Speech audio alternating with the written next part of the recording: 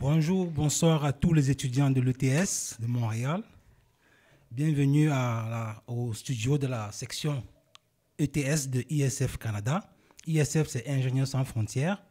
Et aujourd'hui, on a l'honneur d'accueillir Madame la directrice de l'ETS, Madame Cathy Beck. Bonjour, Madame Cathy. Bonjour, bonjour à vous deux, bonjour à tout le monde. Très heureuse d'être avec vous aujourd'hui ici. Merci beaucoup. Moi, c'est Paul, ingénieur, étudiant en maîtrise, pas encore ingénieur, étudiant en maîtrise, réseau et télécom. Je suis avec Maëlys, elle va se présenter. Et moi, je suis en doctorat en environnement à l'ETS. Excellent. Excellent. On vous remercie d'être venu aujourd'hui pour le premier podcast de Ingénieur 3.0. Oui, c'est le premier podcast. C'est le troisième podcast de l'association, mais c'est le premier podcast du concept Ingénieur 3.0, qui est un concept qui va permettre aux étudiants de développer 4 compétences. Le leadership, la confiance en soi, la meilleure intégration dans les équipes et surtout de se fixer un objectif clair et précis et de l'atteindre, quels que soient les obstacles. Et pour ça, on va devoir développer des podcasts avec des personnalités comme vous et comme d'autres d'ailleurs. Et c'est la raison pour laquelle on est là aujourd'hui, cet après-midi. Alors, sans plus tarder, je vais passer la parole à ma collègue Maëlys pour la première question. Bonjour. Alors, tout d'abord, on aimerait bien savoir un petit peu plus en détail quelles sont les étapes de votre parcours professionnel, surtout. D'accord. Donc, rapidement, moi, j'ai fait un bac en génie chimique. Et puis, tout de suite après, j'ai été sur le marché du travail, mais en parallèle, j'ai fait un diplôme d'études supérieures spécialisé en gestion. Donc, moi, je savais que je voulais aller faire de la gestion, puis je ne pouvais pas aller faire le MBA directement parce qu'il fallait avoir de l'expérience. Donc, j'ai fait le DES en gestion. Ensuite, j'ai fait le MBA à temps partiel en même temps. Et à travers tout ça, j'ai eu des expériences professionnelles. Donc, j'ai travaillé chez IBM, chez Johnson & Johnson, chez Pyrogenesis à l'aéroport de Montréal. Et je suis devenue présidente de l'Ordre des ingénieurs du Québec. J'ai été VP chez Stantec et je suis maintenant à l'ETS. Et donc, oui, j'ai eu quelques expériences à travers les dernières années. Donc, très rapidement, c'est ça mon parcours professionnel. Magnifique. Mais au regard de votre parcours, qu'est-ce qui vous a amené à la direction de l'ETS? Quels sont les éléments clés qui vous ont permis d'atteindre la direction de l'ETS? C'est une super bonne question parce qu'à la base, moi, quand j'ai gradué, on se fait une vision de ce que va être notre carrière, on se fait un plan. Puis moi, je pensais me retrouver à la tête d'entreprises privées, PDG de des entreprises privées. Et la réalité m'a rattrapée. Il y a eu des opportunités qui sont présentées devant moi, comme la présidence de l'Ordre, qui est plus un organisme, un ordre professionnel via une loi, qui est plus avec une mission publique. Et cette expérience-là a un peu transformé mon orientation professionnelle. Fait que j'ai toujours aimé travailler puis avoir de l'impact, que ça change quelque chose directement dans la vie des gens, qui a un côté mission sociale dans ce que j'ai fait. Et quand j'ai été à l'Ordre, après ça, j'ai été à Ingénieurs Canada, qui est une autre entité qui pour soutenir les ingénieurs à travers le pays. Et puis finalement, il y a eu l'offre à l'ETS, qui était une continuité de ce que j'avais fait, avoir été présidente de notre ordre professionnel, avoir passé à travers la commission Charbonneau, avoir été Ingénieurs Canada. Et là, c'était une continuité d'aller dans la formation des ingénieurs, préparer la prochaine relève. C'était juste vraiment une continuité pour moi. C'était quasiment un rêve qui est devenu réalité, si je peux dire. Quand j'ai reçu l'appel, j'étais plus qu'intéressée, mais quand j'ai décrit à mes amis, ma famille, le poste et ce que ça allait être, ils m'ont dit, on dirait que ça a été écrit pour toi. Donc, je pense que c'est un alignement des astres à travers les années qui ont fait en sorte que je suis là aujourd'hui. D'accord. Et justement, vous parlez de votre famille, de vos amis. Est-ce que pour vous, c'est facile de concilier votre carrière professionnelle, qui est quand même très importante, j'imagine, dans votre vie, et votre vie à côté La vérité? Vous voulez la vérité? Toute la vérité. Toute la vérité. Parfait. Mais la réponse est non. D'accord. Fait que je l'ai dit, j'ai fait un MBA. Puis, tu sais, je savais que j'étais tout petite, je savais que je voulais avoir des postes de leadership. Puis, pendant que je faisais mon MBA, je me demandais comment je vais concilier travail-famille. Et il y a un projet que j'ai fait qui était justement pour étudier la question. Je cherchais la recette magique. Et donc, j'ai rencontré des gens qui avaient des hauts postes de dirigeants pour dire comment on fait pour concilier travail-famille. Je savais que ce serait un défi. au terme de cette petite étude-là et cette consultation-là, j'ai compris qu'il n'y avait pas de recette magique et que c'est un défi à travers le temps. Fait que je pourrais en parler longuement. Je ne sais pas comment vous voulez, jusqu'où vous voulez aller sur cette question-là, mais peut-être que ce que je pourrais vous dire, oui, ça reste un défi. Et puis, cet équilibre-là, travail, famille, vie personnelle, elle a évolué à travers le temps. Donc, les attentes que j'avais dans mon équilibre à 25 ans ne sont pas les mêmes que j'avais à 30 ans, à 35 ans, à 40 ans, puis à 43. Fait que cet équilibre-là, il est fragile et il évolue tout au long qu'on progresse dans la vie, puis il faut le rééquilibrer et refaire des changements au fur et à mesure pour se ressentir en équilibre. Donc, je peux en parler plus, là, mais ça vous donne une idée que c'est pas nécessairement facile, c'est un questionnement. Et puis, il faut le réajuster. Puis, il y a différentes façons de pouvoir être bien entouré. Savoir déléguer, moins chercher la perfection, accepter d'être moins le rôle parfait de la mère parfaite qui est là tous les soirs à 4 heures, qui est là tout... Tu sais, c'est un peu déconstruire le modèle, en tout cas dans mon cas à moi, de ce qui est attendu d'être une maman. Donc, il y a eu beaucoup d'étapes à travers lesquelles je suis passée, puis même encore aujourd'hui, ça reste un défi continuel. Ça se fait, mais c'est pas quelque chose nécessairement de facile. Oui, on avait bien conscience de ça aussi.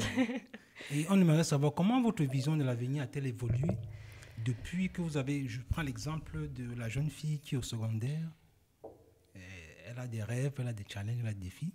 Comment la vision a-t-elle évolué depuis le secondaire jusqu'à aujourd'hui? La vision a grandement évolué. Par exemple, si on parle du point de vue professionnel seulement, je l'ai touché un peu. Je pensais que je serais toujours à la tête ou dans des postes de leadership dans des organisations qui sont plus privées, où la rentabilité elle est importante, ou toute la notion parfois avec le client et tout. Et à travers les années, j'ai réalisé que moi, ce qui m'aidait à me lever le matin, c'est quand j'ai vraiment une mission sociale puis j'ai vraiment un impact sur ce que je fais. Pas qu'on le fait pas dans le secteur privé, puis j'ai adoré ça, travailler dans le secteur privé, mais j'ai réalisé que souvent, j'ai eu des offres entre le secteur public et le secteur privé. Puis on va s'entendre, souvent, le secteur privé est plus lucratif que le secteur public, mais à la fin, même si je faisais ma liste d'avantages et inconvénients, puis qu'il y avait plus d'avantages dans le secteur privé, quand je me couchais le soir, puis je fermais les yeux, puis je me disais, qu'est-ce qui va faire en sorte que je vais vraiment avoir envie de me lever le matin? Les emplois où il y a eu une dimension sociale, un impact, où tu es vraiment en train d'essayer de changer les choses pour le mieux, c'est là que j'avais envie de me lever le matin. C'est là que j'ai mon énergie quand je me lève. Fait que je vais probablement refaire du privé encore. J'aime ça, mais quand j'ai cette opportunité-là... Fait que ça, c'est quelque chose de ma vision de quand j'étais jeune qui a beaucoup changé, puis que j'ai appris à connaître à travers moi, que je pensais pas que j'étais réellement comme ça. Donc ça, c'est un des éléments qui a vraiment changé de la fin de mes études, de ce que je pensais que j'allais être, à aujourd'hui dans mon parcours professionnel. Vous parlez de vision. La vision, comment vous définissez la vision en quelques mots? Pour les étudiants qui nous écoutent, la vision, c'est quoi? Bien, on parle de quelle vision vous voulez parler? De vision professionnelle et vision familiale. De manière globale, la vision, c'est quoi? Surtout professionnelle, bien sûr, puisque nous sommes dans un cadre académique ici. Fait que, mettons, ma vision de vie, moi, elle a, mettons, 3-4 aspects. Fait qu'il y a ma famille. Puis, dans ma famille, ce que je veux, c'est... Moi, je suis très proche de ma famille. Mon frère habite à côté de chez moi. On peut marcher. Ma mère habite pas loin. Mes neveux, j'ai 2 neveux qui ont le même âge que mes 2 enfants. On fait des soupers de famille une fois tous les 2 dimanches. Fait que la famille, pour moi, c'est très important. Fait que dans ma vision, c'est d'avoir cette fondation-là autour de moi qui est connectée, qui est tissée serrée et que peu importe ce qui m'arrive dans ma vie professionnelle, ça va toujours être là. Fait que ça, c'est ma vision famille, si on veut. Professionnellement, dans ma vision, j'ai toujours souhaité avoir des postes de leadership avec de l'impact, mais qui me permettraient quand même d'avoir une qualité de vie. Ensuite de ça, dans ma vision, il y a la vision amoureuse, qui est un aspect très important. C'est de trouver quelqu'un qui t'accompagne dans ta vie, qui accepte ton style de carrière, de leadership, la façon que tu éduques ta famille. Puis ensuite, j'ajoute toute la dimension personnelle, sociale, garder tes amis. Puis toute cette vision-là, moi, elle doit être capable de coexister, mais à des dimensions différentes à travers ta vie. Fait que quand tes enfants sont plus jeunes, bien, il y a une partie de la famille qui prend plus de place. Je ne sais pas si vous comprenez ce que je veux dire. Puis oui, ça, oui. cette sûr. vision-là, Ouais. elle a évolué à travers les années en fonction des différentes étapes que j'ai traversées.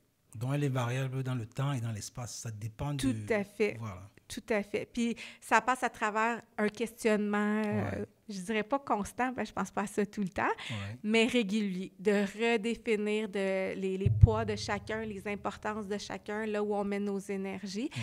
Puis ce que j'ai pas encore tant entré dans ma vision, mais que c'est ma prochaine chose à faire à 43 ans, c'est la dimension santé.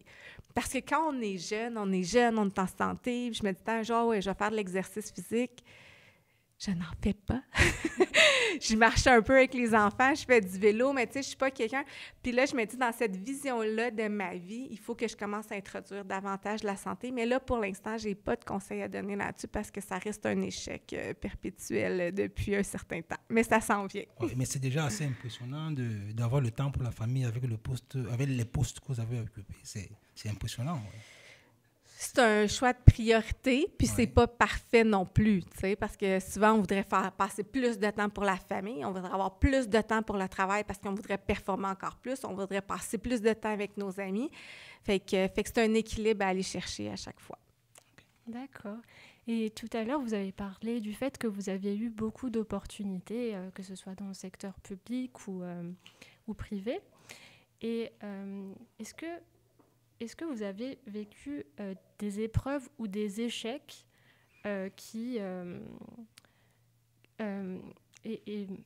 avec lesquels vous avez dû garder une certaine motivation pour y faire face? Parce que c'est vrai que les opportunités vous ont motivé, mais est-ce que des échecs ou des doutes ont pu faire la même chose aussi? Ben oui, en fait, pour ceux qui connaissent un peu mon histoire, moi, j'étais jeune. Je me suis présentée à la tête de l'Ordre des ingénieurs du Québec à la présidence.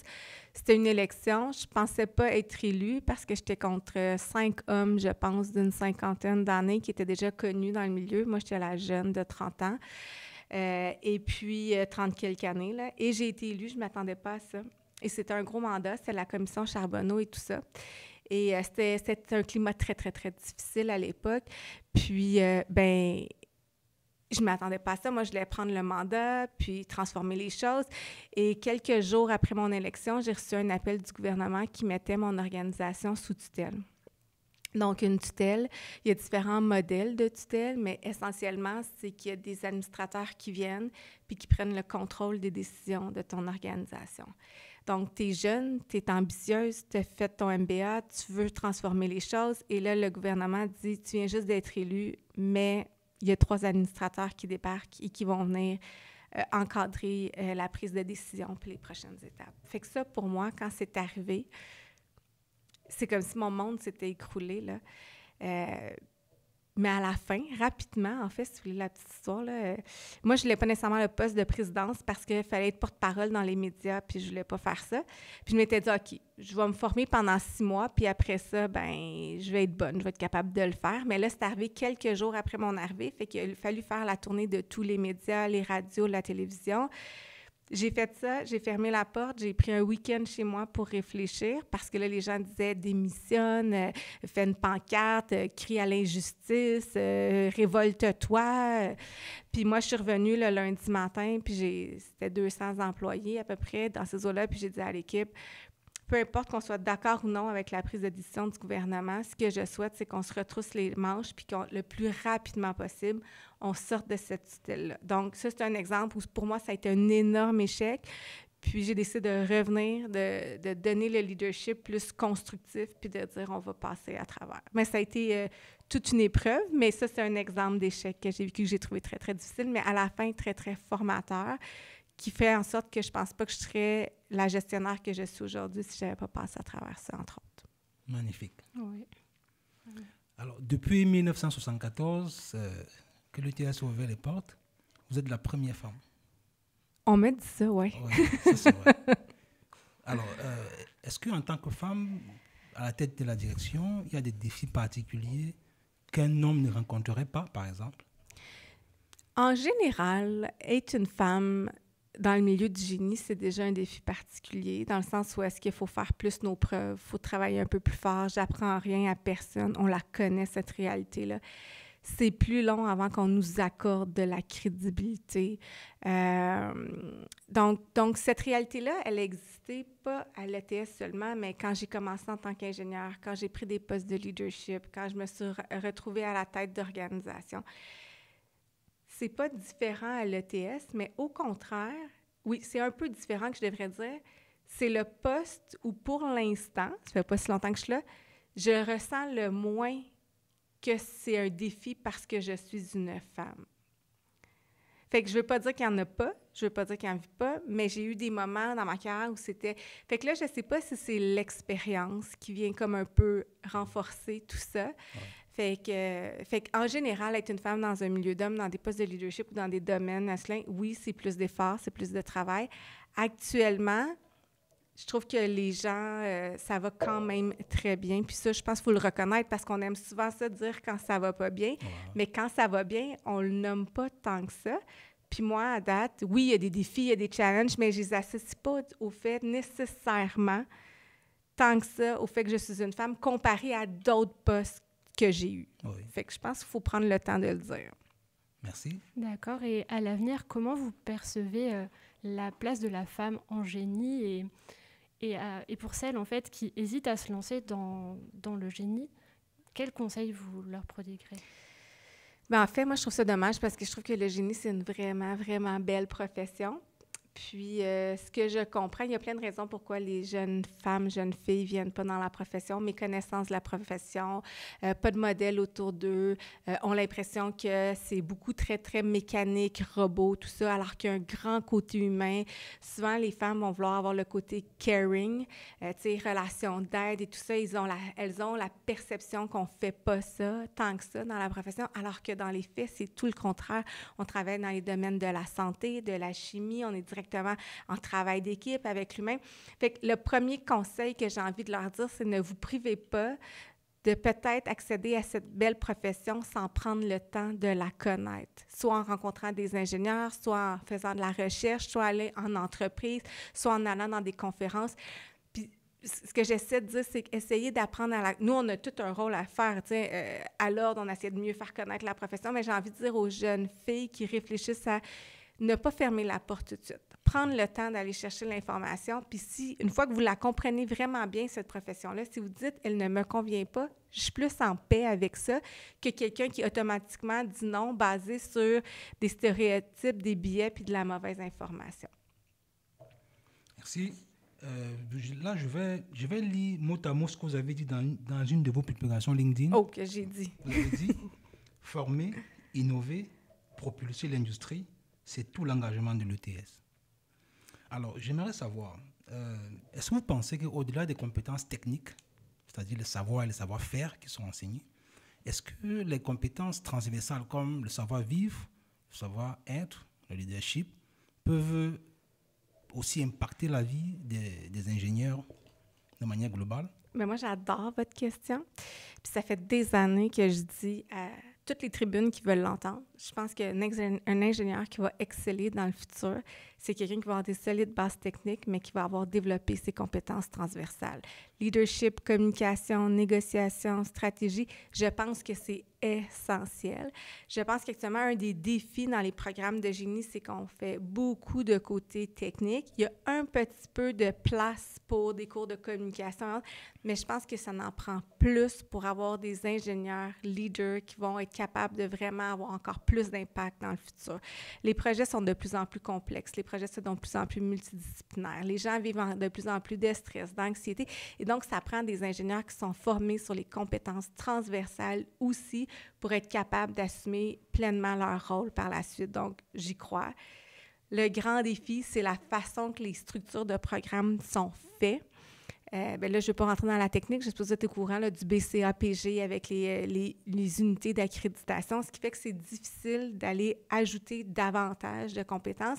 Puis j'aime des modèles comme l'ETS qui vont faire en sorte que si on n'est pas capable de l'intégrer dans les cours, autant qu'on voudrait, quoi qu'on le fait, bien, on le fait par les clubs étudiants, on le fait par les stages, on les fait par ce que vous faites si vous êtes en train de développer des compétences, fait avec des activités qui viennent bonifier toute la formation du programme. Mais oui, je crois vraiment que c'est essentiel.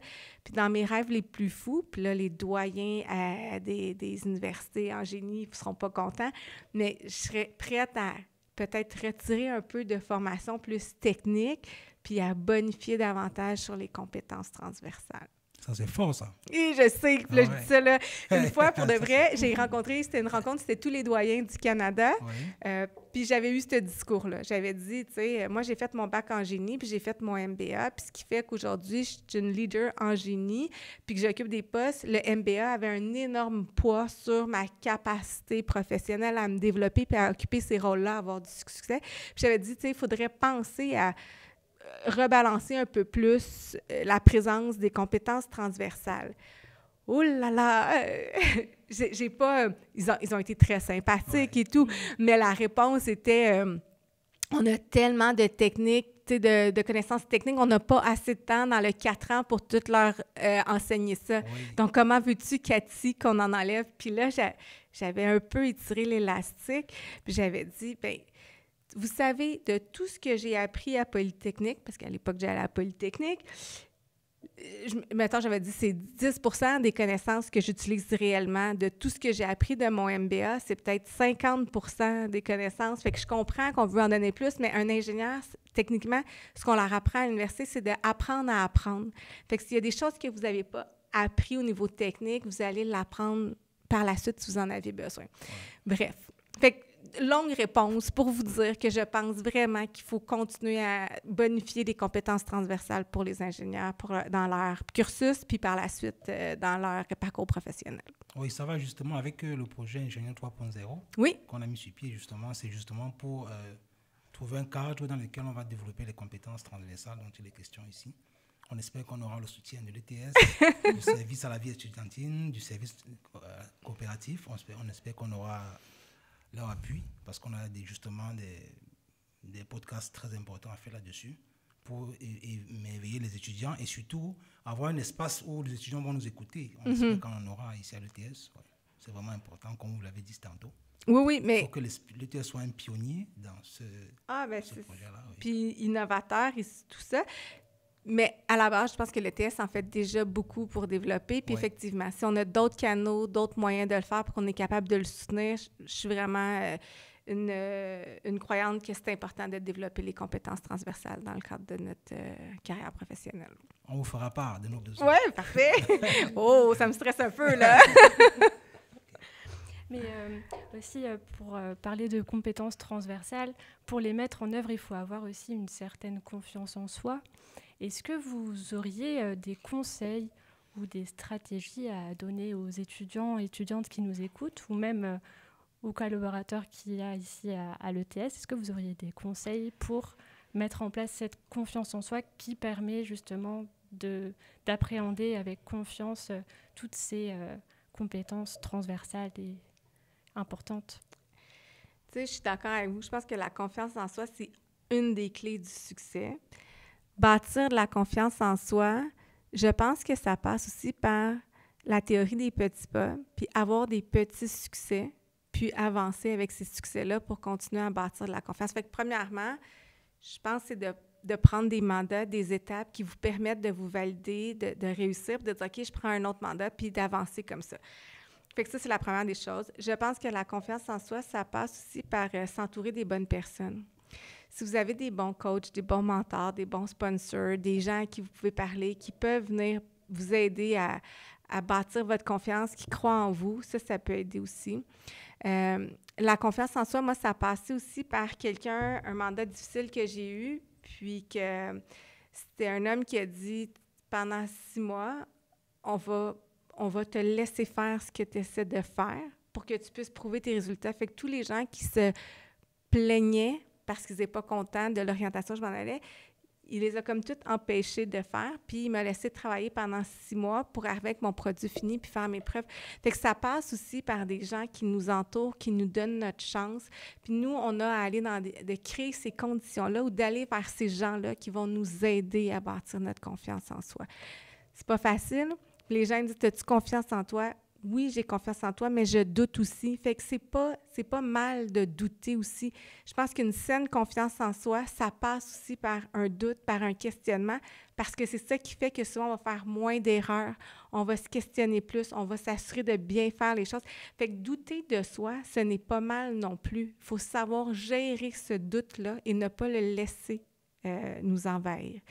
Mais c'est... théorie des petits pas, bien s'entourer, accepter le doute, puis des fois, faire semblant. Moi, je l'ai déjà dit, faire semblant. Les gens, ils le savent pas. Puis des fois, puis là, parce que là, toi, tu doutes, mais tu fais semblant, tu t'assumes, puis finalement, tu vois que les gens répondent assez bien, puis là, tu vois que finalement, ton doute, il était non fondé. Fait que des fois, il faut aussi se pousser.